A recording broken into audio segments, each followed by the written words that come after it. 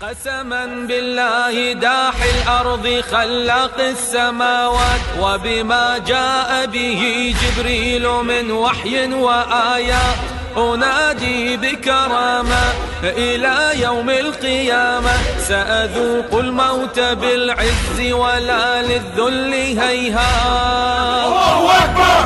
قسما بالله داح من بالله داح من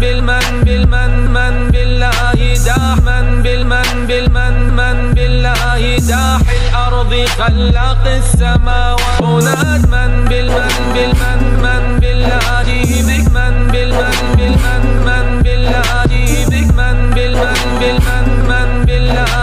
بك الأرض خلاق السماوات أناد من بالله داح من بالله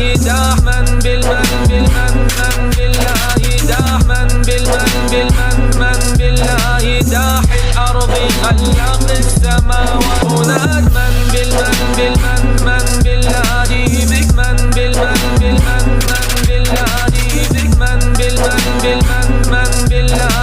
بك الأرض خلاق السماوات.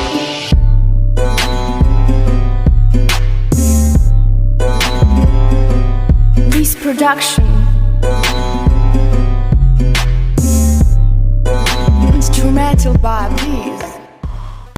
The people of Melbourne are being urged to dob in their neighbours if they see anyone breaching gathering restrictions this weekend as the weather warms up. Victoria Police hopes a new $5,000 fine will be a deterrent to the public. Officers have already broken up 10 gatherings, including one which saw a group of adults hire a jumping castle. Next tonight, the 6-year-old died from a brain-eating amoeba found in a Texas City's water supply. The state governor now issuing a disaster declaration for the entire county. Here's ABC's Elwin Lopez. Tonight, a disaster declaration for more than 300,000 Texans after a 6-year-old boy died from a brain-eating amoeba found in Lake Jackson's water supply. That first head CT that they did on him did show the brain swelling. Josiah McIntyre first complained of a headache. Weeks later, he was dead. I'm angry and upset and sad and heartbroken. His death sparking a weeks-long investigation, concluding that Josiah contracted the deadly amoeba, often found in warm water, at a neighborhood splash pad or from a water hose. Statistically, what happened to Josiah is extremely rare. There have only been 34 cases of free-living amoebic encephalitis over a 9 or 10-year period. Still, parents warned to be careful about their kids swimming and bathing. It's not about drinking water. It's about avoiding activities where the water goes into the nose.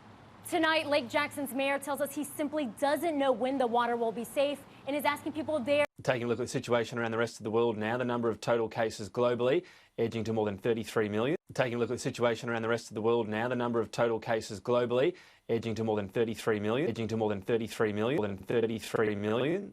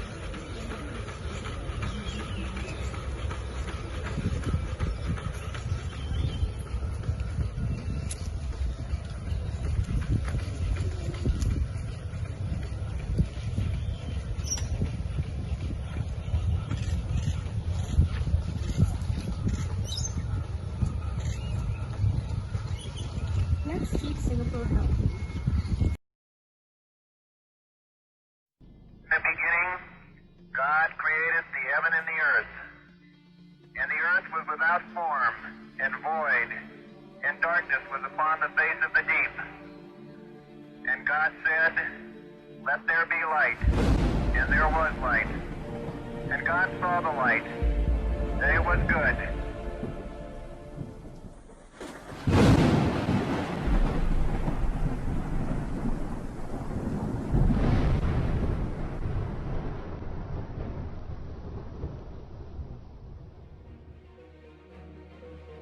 So the book of Revelation opens up the future for us.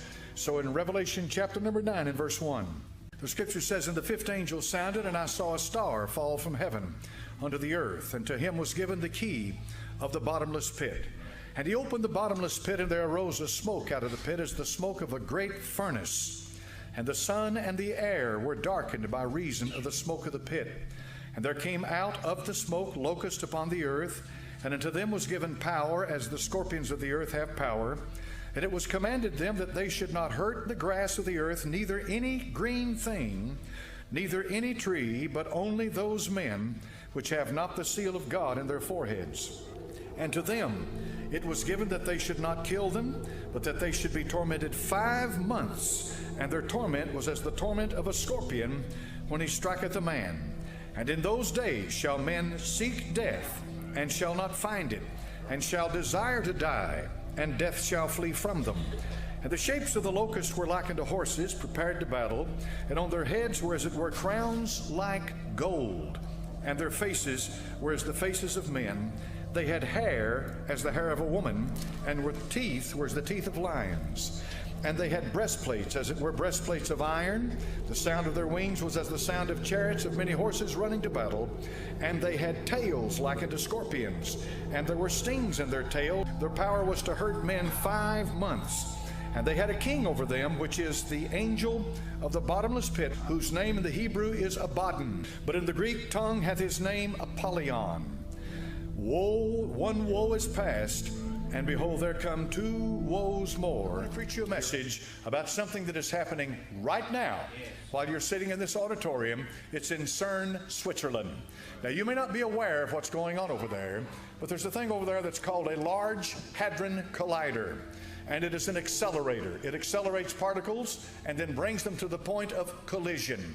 So this Large Hadron Collider was started up just a few days ago, and it's still in the initial process of being brought online completely. You say, what in the world does something like that have to do with me and the Bible? It has a lot to do with you and the Bible. I cannot and will not attempt to speak as a physicist. It would make me look like a fool. My purpose this morning is to try to be a liaison between them and you.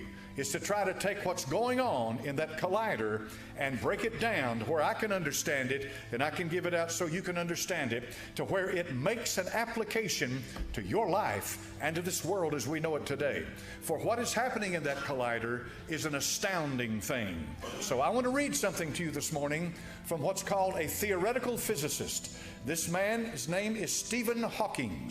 He's well known throughout the world. Anyone that has anything to do with nuclear energy or has anything to do with physics knows this man. And he is one that some rate even on the level of Einstein and of that level. And so I'm going to read to you what this man has to say about what's happening right now in Cern, Switzerland. Listen carefully. These are the words of Stephen Hawking. He recently warned the reactivation in March of CERN's Large Hadron Collider could pose grave dangers to our planet. The ultimate reality, check, we are warned. Hawking has come straight out and said the God particle, and this is what you've heard referred to time and again as the Higgs boson particle, the God particle found by CERN could destroy the universe. Now let that settle in. This man is an atheist, and he says there is no God. Yet he says that what's happening right now in Cern, Switzerland, and I'll give you what they're trying to do in a moment, what's happening at this very minute in Cern, Switzerland, has the potential to destroy the universe. This is a theoretical physicist. Now, physicists come in all kinds of sizes Astrophysicist Neil deGrasse Tyson has also sounded the alarm in a hypothetical manner by telling anyone who might want to blow up a planet how to do so is this CERN's attempt to do so by attempting to recreate the Big Bang within a man-made structure. This has frightened Stephen Hawking so much. Do they know that they know that they know what they are doing? Is a shadow of a larger reality. And I was blown away when I first saw that, because that's exactly what the Bible's been saying all along. Einstein made scientific history by recognizing that we really live in 4 dimensions, by adding time to the mix. Time is a physical property. We know that we live in at least 10, that's the current dimensions. 4 of them are directly, we can experience them. But we know there's 6 others that we can't get at directly, but we know we can infer their existence mathematically. What makes that provocative to people who've discovered that is that a Hebrew sage by the name of Nachmanides, back in the 13th century, predicted that from studying the text of Genesis. He concluded that our universe has 10 dimensions, only 4 are knowable, to use his term, and 6 are not knowable to us. And I find that fascinating, because we've spent hundreds of millions of dollars on atomic accelerators to discover what Nachmanides did by studying the text. So the 10, some say 11, there's some debates among mathematicians about details, but there's awareness within the advanced scientific community that we live in more than just the 4 dimensions that we directly experience. And that in Genesis 3, when God declares war because of the fall of man, the creation was made subject to the bondage of decay, the entropy laws and all of that. Apparently we're somehow tied to God's curse on everything we know about the creation is post-curse. Prior to the curse, it may have had 10 dimensions, and for some reason it was fractionated. So that some of us tend to regard those 6 inaccessible dimensions as the domain of things like angels, the domain of paranormal behavior.